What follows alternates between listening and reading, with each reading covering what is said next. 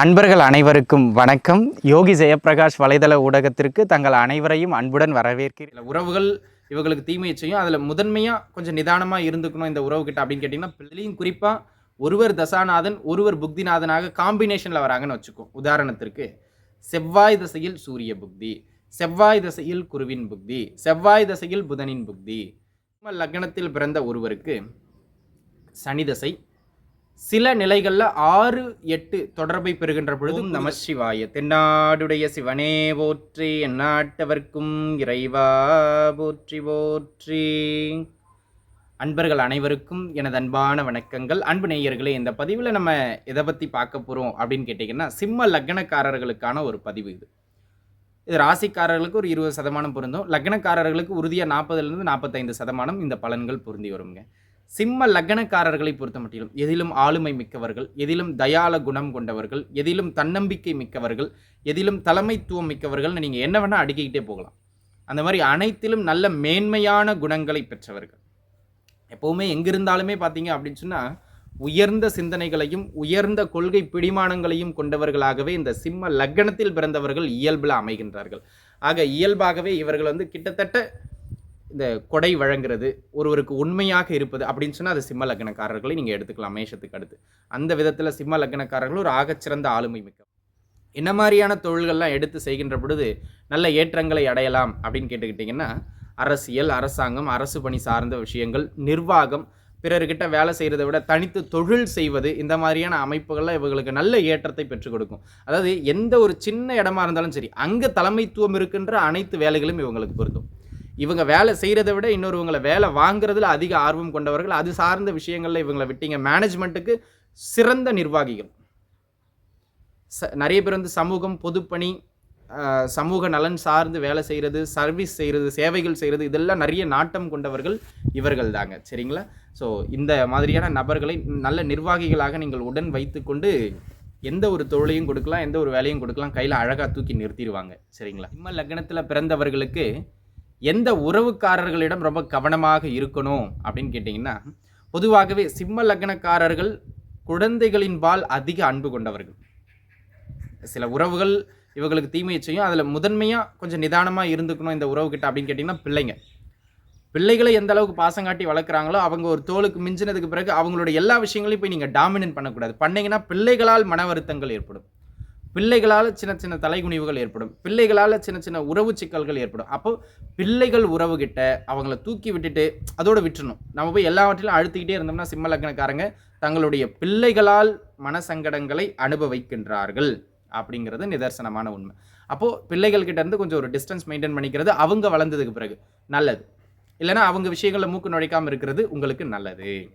சிம்ம லக்னக்காரர்களுக்கு என்ன தசாபுக்தி காலகட்டங்கள் ஆகச்சிறந்த மேன்மைகளை பெற்றுக் கொடுக்கும். இந்த தசாபுக்திகள்லாம் நடந்தால் இப்போ பாருங்கள், அவங்க எங்கே இருக்காங்க, என்ன பண்ணுறாங்க, அதை பொறுத்து 60% மாறும். என்ன நட்சத்திர சாரத்தில் இருக்காங்க, எந்த கிரகத்தோடு சேர்ந்துருக்காங்க. ஆனால் இப்போ நான் சொல்ல போகிற கிரகங்களின் தசைகள் எப்படி இருந்தாலும் உறுதியாக 40% நன்மையை தந்தே தீரும். மீதம் இருக்கிற 60% அவங்க இருக்கின்ற இடம், இணைவு, சேர்க்கை இதெல்லாம் பொறுத்து. ஆனால் 40% இப்போ பாருங்கள், இப்போ நான் சொல்கிற தசைகள் சூரியனின் தசை, செவ்வாயின் தசை, குருவின் தசை, புதனின் தசை, இந்த 4 தசைகளும் எங்கு இருந்தாலும் எப்படி இருந்தாலும் 60% தீமையையே தந்தாலும் 40% உறுதிய நன்மையை தந்தே தீரும். அந்த விதத்தில் இந்த தசைகள் நடக்கின்றது என்றால் இதெல்லாம் கோல்டன் பீரியட். அதுலேயும் குறிப்பாக ஒருவர் தசாநாதன் ஒருவர் புக்திநாதனாக காம்பினேஷனில் வராங்கன்னு வச்சுக்கோம். உதாரணத்திற்கு செவ்வாய் தசையில் சூரிய புக்தி, செவ்வாய் தசையில் குருவின் புக்தி, செவ்வாய் தசையில் புதனின் புக்தி, சூரிய தசையில் குருவின் புக்தி, சூரிய தசையில் புதனின் புக்தி, சூரிய தசையில் செவ்வாயின் புக்தி, இப்படி காம்பினேஷனில் தசா புக்தி நடக்குதுன்னு வச்சுக்கோங்க. ஒருவர் தசநாதனும் ஒருவர் புக்திநாதனும் அடுத்த கட்டத்தை நோக்கி நீங்கள் வளரப்போகின்றீர்கள்னு அர்த்தம். அப்போ அந்த காலகட்டங்களில் போய் கடுமையாக முயற்சிக்கணும், கடுமையாக உழைக்கணும். உங்களுக்கு என்ன தெரியுமோ உங்கள் ஆற்றல், முழு ஆற்றலையும் பயன்படுத்துங்க. தொழில் சார்ந்து, உத்தியோகம் சார்ந்து, பொருளாதாரம் சார்ந்து, உங்களுடைய வாய்ப்புகள் சார்ந்து கிடைக்கிறதெல்லாம் பயன்படுத்துங்க. உறுதியாக வெற்றி உண்டு. இந்த காலகட்டங்கள்லாம் மிஸ் பண்ணக்கூடாது சிம்ம லக்னத்தில் பிறந்தவங்க. அதே போல் தீமை செய்கிறதுக்குன்னு ஒரு தசாபுக்தி காலகட்டங்கள் இருக்கும்ல. அப்போ சிம்ம லக்னக்காரர்களுக்கு தீமை நடைபெறுகின்ற தசாபுக்தி காலகட்டங்கள் எது, அங்கே எப்படி கவனமாக இருக்கணும் அப்படின்னு கேட்டிங்கன்னா, சிம்ம லக்னத்தில் பிறந்தவர்களுக்கு முதன்மையான பின்னடைவை வழங்குகின்ற தசை சனியின் தசை. சிம்ம லக்னக்காரங்க சனி தசை நடக்குது அப்படின்னால வாழை சுருட்டிடணுங்க. இல்லைன்னா தேவையில்லாத உறவு சிக்கல், தேவையில்லாத பொருளாதார சிக்கல், தேவையில்லாத நோய் தொந்தரவுன்னு போய் சிக்கிறாங்க. அதுலேயும் குறிப்பாக பார்த்துக்கிட்டிங்க அப்படின்னு சொன்னால், சிம்ம லக்னத்தில் பிறந்த ஒருவருக்கு சனி தசை சில நிலைகளில் 6, 8 தொடர்பை பெறுகின்ற பொழுது குருதசை தீமையை செய்யும். அப்போ இந்த 2 தசாபுக்தி காலங்களில் குருதசை 6, 8ஓடு தொடர்பு கொண்டு இருந்தால் மட்டும்தான், சரிங்களா? இல்லைன்னா கிடையாது. ஆனால் சனி தசை உறுதியாக தீமையை செய்யும் எப்படி இருந்தாலும். அப்போது குறிப்பாக பார்த்தீங்கன்னா காம்பினேஷனில் தசாபுக்தி நடக்கும்போது சனி தசையில் சனி புக்தி, சனி தசையில் குரு புக்தி, குருதசையில் குரு புக்தி, குருதசையில் சனி புக்தி, இந்த புக்திகள் நடக்கின்ற பொழுது நிதானமாக இருக்க வேண்டியது அவசியம். இந்த 2 தசைகள்லையும் குருவின் தசையிலையும் சரி, சனியின் தசையிலையும் சரி, சுக்கரனோட புக்தி நடைபெறுகின்ற பொழுதும் கவனமாக இருக்கணும் அப்படிங்கிறத பார்த்துக்கிடணும். அந்த காலகட்டங்களில் போய் தொழில் அகலக்கால் வைக்கிறது, அந்த காலகட்டங்களில் பெரிய முதலீடு வைக்கிறது, அந்த காலகட்டங்களில் தெரியாத ஒன்றில் போயிட்டு இறங்குறது, இந்த சேட்டைகளை தவிர்க்கணும். இல்லைனா அது நட்டத்தை ஏற்படுத்தும், உறவு சிக்கலை ஏற்படுத்தும், பொருளாதார நெருக்கடியை ஏற்படுத்தும், கடனை ஏற்படுத்தும். இப்படி போய் சிக்கிடுவீங்க. அப்போது இதெல்லாம் அகலக்கால் வைக்காமல் இருக்கிற மாவை அரைச்சிக்கிட்டு நகரணும். ஒருவேளை அவங்க ஜாதகத்தில் நல்ல அமைப்புகள் இருந்துட்டாங்கன்னா நன்மையை செய்வாங்க. அது ஜோதிடரை பார்த்து சரியாக இருக்குன்னா அப்போ அகலக்கால் வைங்க, அப்போ தவறு கிடையாது. ஆனால் இயல்பில் 40% இந்த தசாபுக்திகள் எப்படி இருந்தாலும் இந்த காம்பினேஷன் உறுதியாக தீமையை தந்தே தீரும் 40%. அப்போ இந்த காலகட்டங்களில் அகலக்கால் வைப்பது தவிர்க்கணும். இப்படி தாங்க. சரிங்க. சிம்ம லக்னத்தில் பிறவங்க என்ன நிறங்கள், என்ன எண்கள், என்ன ஓரைகள், என்ன கிழமைகள் பயன்படுத்தினா சக்ஸஸ், இதை பயன்படுத்துறதுனாலே வெற்றி கிடையாது, புரிஞ்சுக்கிடணும். ஆனால் இதை பயன்படுத்தினீர்கள் என்றால் நீங்கள் செய்கின்ற செயலின் வெற்றி இது தீர்மானிக்காது. ஆனால் அந்த ப்ராசஸில் உங்களுக்கு டென்ஷன் இல்லாமல் அழகாக அந்த ஃப்ரீ பண்ணி விட்டுக்கிட்டே போகும், ஃப்ரெஷ்ஷாக வச்சுக்கிட்டு இருக்கும் மைண்ட். அப்போ அது சரியாக இருக்கும்போது நம்மளுடைய செயல் சரியாயிரும். அந்த விதத்தில் அன்பு நண்பர்களே, செவ்வாய்க்கிழமை, வியாழக்கிழமை இந்த 2 கிழமையும் ஆகச்சிறந்த மேன்மைகள். ஓரைன்னு வருகின்ற பொழுது சூரிய ஓரை, குரு ஓரை, செவ்வாய் ஓரை சிறப்பு. நிறங்கள்னு வருகின்ற பொழுது சிவப்பு நிறம் ஆகச்சிறந்த மேன்மைகளை சிம்ம லக்னக்காரங்களுக்கு பெற்றுக் கொடுக்கும். அதனை அடுத்ததாக வெள்ளை நிறம். மஞ்சளை நீங்கள் 3ஆம் தரமாக பயன்படுத்திக்கலாம். ஆனால் சிவப்பும் வெள்ளையும், red and white very best. எண்கள் அடிப்படையில் 1, 9, 3 ஆகச்சிறந்த மேன்மைகளை உங்களுக்கு பெற்றுக் கொடுக்கும் இந்த 3 எண்களும்.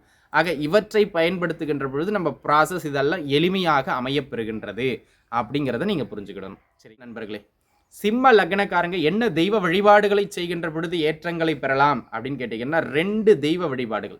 அதுலேயும் முதன்மையாக முருகப்பெருமான் வழிபாடு ஆகச்சிறந்த ஏற்றத்தை பெற்றுக் கொடுக்கும். அதுவும் குறிப்பாக முருகன் வழிபாடு, எல்லா முருகனையும் நீங்கள் வழிபடலாம். சிவ ஆலயத்தில் இருக்கக்கூடிய முருகப்பெருமானின் வழிபாடு இன்னுமே நல்ல மேன்மைகளை சிம்ம லக்னத்தில் பிறந்தவர்களுக்கு பெற்றுக் கொடுக்கும் நண்பர்களே. ஆக முருகப்பெருமானை இறுக பிடித்துக் கொள்ளுங்கள். ஒரு சிலருக்கு இந்த லக்னத்தில் பிறந்தவர்களுக்கு சிவபெருமானின் அன்பும் அரவணைப்பும் உங்களுக்கு நிறைய பிடிக்கும். ஆக சிவபெருமான் வழிபாடு. அப்போ நம்ம சிவன் கோயில் போயிட்டுனா சிவனையும் முருகனையும் ஒரு சேர வழிபட்டு வந்துடலாம். அப்போது சிம்ம லக்னக்காரர்களுக்கு முருகப்பெருமான் வழிபாடும் அதனை அடுத்ததாக சிவபெருமான் வழிபாடும் நல்ல ஏற்றத்தை வாழ்நாளில் பெற்றுக் கொடுக்கும் அப்படிங்கிறதான் பாயிண்ட். சரிங்களா நண்பர்களே? ஆக சிம்ம லக்னக்காரர்களுக்கு எந்தெந்த காலகட்டங்கள் நன்மை, எதெல்லாம் நீங்கள் டிப்ஸஸாக பயன்படுத்தலாம் அப்படிங்கிறத சொன்னோம். இது உறுதியாக 40% பொருந்தி வரலாம். ஒரு சிலருக்கு பொருந்தாமல் இருக்கலாம், ஏன்னா அவங்க கிரக அமைப்புகள் கொஞ்சம் வேறு மாதிரி இருக்கலாம். ஆனால் 40% அனைவருக்குமே பொருந்தி வரும், அதில் எந்த விதமான மாற்றமும் இல்லை. ஆக இந்த பதிவு உங்களுக்கு உறுதியாக பயனுள்ளதாக அமையும் அப்படின்னு நான் நம்புகிறேன். அடுத்தடுத்து நல்ல பயனுள்ள தகவல்களோடு நான் மீண்டும் வந்து உங்களை சந்திக்கிறேன். உங்களுக்கு ஏதாவது இந்த மாதிரி வீடியோ போடுங்க தம்பி, அந்த மாதிரி வீடியோ போடுங்க தம்பின்னு, இல்லை உங்களுடைய சந்தேகங்கள், பொதுவான சந்தேகங்கள் இருக்குது, இதை பற்றி வீடியோ போடுங்க அப்படின்னு சொன்னால் அதை கீழே கமெண்ட் பாக்ஸில் தெரிவிங்க. சரிங்களா? நம்ம அது சார்ந்து அடுத்தடுத்து நேயர்கள் விருப்பம் மாதிரி வீடியோக்களை தொடர்ந்து பண்ணலாம்.